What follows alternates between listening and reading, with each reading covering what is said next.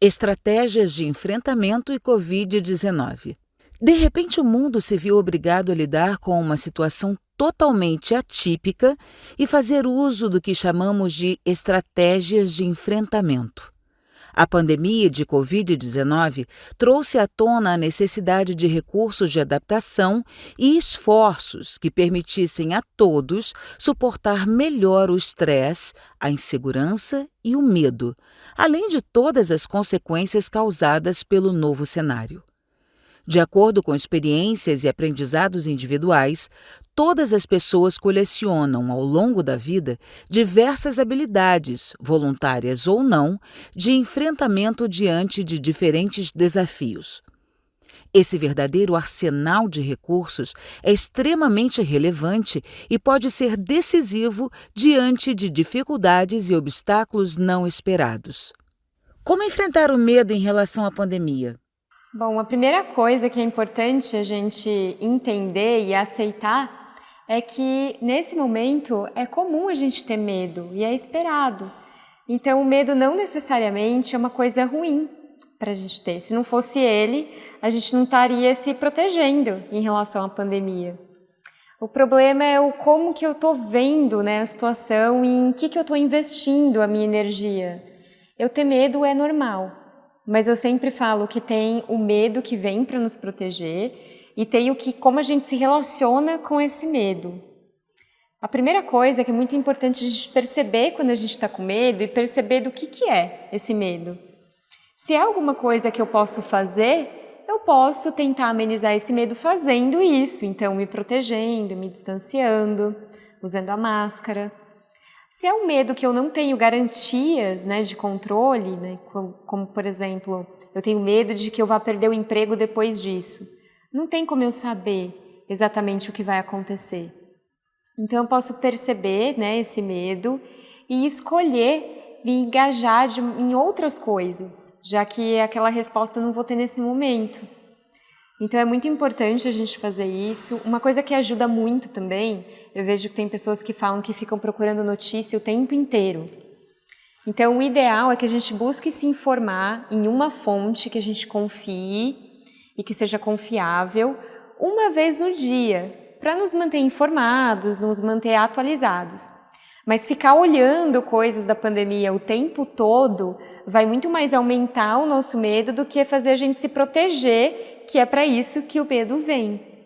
Então, isso também é uma coisa muito importante e, principalmente, focar em lugares que dão notícias que eu falo que não são sensacionalistas. Porque uma coisa é eu saber, por exemplo, o número de infectados, como que está a situação na minha cidade. Isso são coisas importantes de eu me manter informado. Agora, ficar vendo, né, quantas covas eles abriram e com algumas notícias que a gente teve, são coisas que não vai me ajudar a proteger, a saber qual que é a situação que eu estou vivendo. Só vai ficar fazendo eu ter mais medo, ter uma sensação de mais tristeza. Então, sempre escolher uma fonte que seja confiável, que não seja sensacionalista e me informar por ela uma vez no dia. O que fazer para superar o isolamento social e a sensação de impotência? Então, uma coisa que eu sempre falo que é muito importante é que a gente deve, né, manter uma rotina, mesmo com o isolamento social, mesmo se a gente estiver trabalhando em casa, por exemplo. Porque é muito importante para o nosso corpo saber o horário dele acordar, o horário dele dormir. Isso ajuda a gente a manter o nosso humor melhor, a manter a nossa saúde melhor, a não começar a ter problemas com o sono. Então, eu manter essa rotina é muito importante. Eu também me informar com uma fonte confiável, também. E ver como que eu posso ajudar. Muitas pessoas acabam subestimando a ajuda que elas podem dar. Eu ficar em casa no final de semana é uma ajuda tremenda que eu já estou dando. Porque uma pessoa que eu deixo de contaminar, se a gente for pensar que essa pessoa pode passar para mais 4, pode passar para mais 8, né? Eu já estou protegendo muitas pessoas, só pelo fato de ficar em casa. É uma atitude já muito nobre. Então, essa sensação de impotência, eu sempre falo para as pessoas trazerem aquilo que elas podem fazer, mesmo que seja ficar em casa. Isso já é uma coisa muito importante. E também a gente tentar manter essa rotina que a gente já tinha antes, tentar conversar com as pessoas mesmo que por vídeo. Então eu falo, a gente, no isolamento social, ele mexe muito com a gente deixar de ver as pessoas que a gente gosta, de fazer as coisas que a gente faz. Então tentem manter contato com as pessoas que vocês gostam, mesmo que seja por vídeo, fazer uma videochamada, fazer uma ligação, estar perto delas de alguma forma. Outra coisa que a gente pode fazer é a atividade física. Então, a atividade física ela é uma coisa que ajuda muito a gente a aliviar um pouco a sensação de inquietude, a melhorar a nossa saúde física, a melhorar a nossa saúde mental, a rotina. Então, a gente ter alguma atividade física para fazer também é muito importante. E aí a gente tem um leque de opções, né? Então, a gente pode ir caminhar, por exemplo, fazendo uso da máscara, higienizando corretamente as roupas depois que eu chegar dessa caminhada. A gente pode procurar fazer atividades guiadas pela internet. Hoje tem muitas pessoas, né, dando treinos pela internet, yoga na internet. Então, a gente pode usar desses mecanismos para conseguir manter essa rotina de práticas nutridoras, né, que faz a gente se sentir melhor, faz recarregar nossas energias. E investir naquilo que a gente gosta. Então, se eu nunca parei para meditar, por exemplo. Essa pode ser uma oportunidade da gente parar e tentar fazer alguma coisa nova. Ou então, eu sempre quis tocar um violão, mas era muito corrida a minha vida, no final de semana sempre tinha muito lugar para ir, para visitar, e agora não está dando, talvez esse seja o momento. Então, a gente pode tentar fazer novas coisas, isso também ajuda.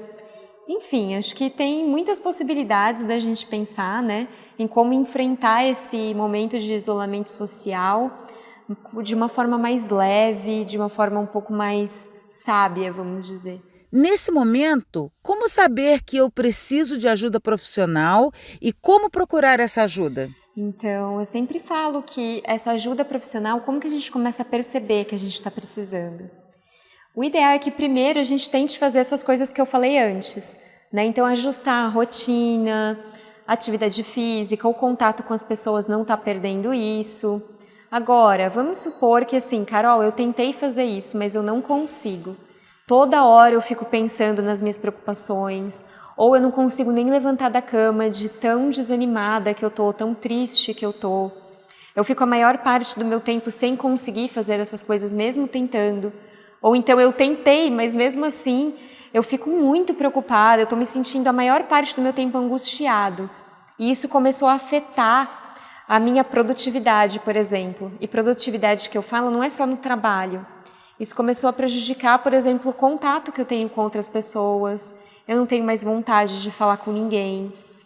Então, esses são indícios de que talvez seja o momento de eu buscar uma ajuda profissional, né? A ajuda de algum profissional da saúde mental, para estar me ajudando nesse momento com a psicoterapia, com práticas integrativas ou até uma consulta psiquiátrica e eu precisar de uma medicação para me ajudar nesse momento. E como procurar ajuda nesse momento? O ideal é que você consiga saber, dentro do seu município, da sua cidade, quais são os serviços disponíveis. Você pode fazer isso, por exemplo, ligando para o posto de saúde mais perto da sua residência, perguntando se eles sabem, né, como procurar isso da forma mais correta, ligando para o seu plano de saúde, por exemplo. Então, sempre buscando saber em um hospital geral ou em um posto de saúde geral, como chegar até um especialista que possa me avaliar. As práticas integrativas podem auxiliar neste momento? Quais? Sim, as práticas integrativas, elas podem ser uma opção muito importante para esse momento. Nós temos várias práticas integrativas. A gente tem o mindfulness, que é a meditação, a gente tem o yoga, acupuntura, reiki. Então, tem muitas práticas integrativas que a gente pode estar abrindo mão para nos ajudar, né, nesse momento. Eu sou instrutora de meditação, então é o que eu consigo falar mais. A meditação ela pode auxiliar muito, né, a gente nesse momento, porque ela consegue fazer a gente parar, estar mais presente nessa situação que a gente está vivendo, no nosso aqui e agora, faz a gente desengajar um pouco dos pensamentos perturbadores que vão surgindo. Então ela pode ser uma opção, até porque ela é fácil de usar, eu posso usar sozinho ou com a instrução de algum vídeo da internet, um instrutor também que possa me dar um auxílio online. E outras também que podem me ajudar, mesmo eu estando em casa, é o yoga. A gente tem o yoga hoje, muitos instrutores, né, abrindo canais no YouTube, dando práticas de yoga, dando atividades voltadas nesse sentido, que a gente pode até usar, né, tanto como uma atividade física de prazer e já auxiliar também, sendo uma prática integrativa, né, de saúde, que eu posso ter como ferramenta nesse momento. Essas são as duas que eu consigo trazer na mente agora, assim, que eu posso fazer mesmo estando sozinho em casa. Mas as outras, se eu for procurar um auxílio médico, eu também posso ter benefícios. O reiki, a acupuntura, deixa eu ver se eu lembro de algumas outras práticas. Tem a aromaterapia também, que eu também posso utilizar até na minha casa, se eu buscar algum auxílio e instrução de alguém que mexa com isso. Enfim, foram essas que vieram assim na mente, mas as práticas integrativas elas podem nos auxiliar tanto a diminuir a ansiedade, a tristeza, como também na nossa própria saúde física, né, nesse momento de pandemia.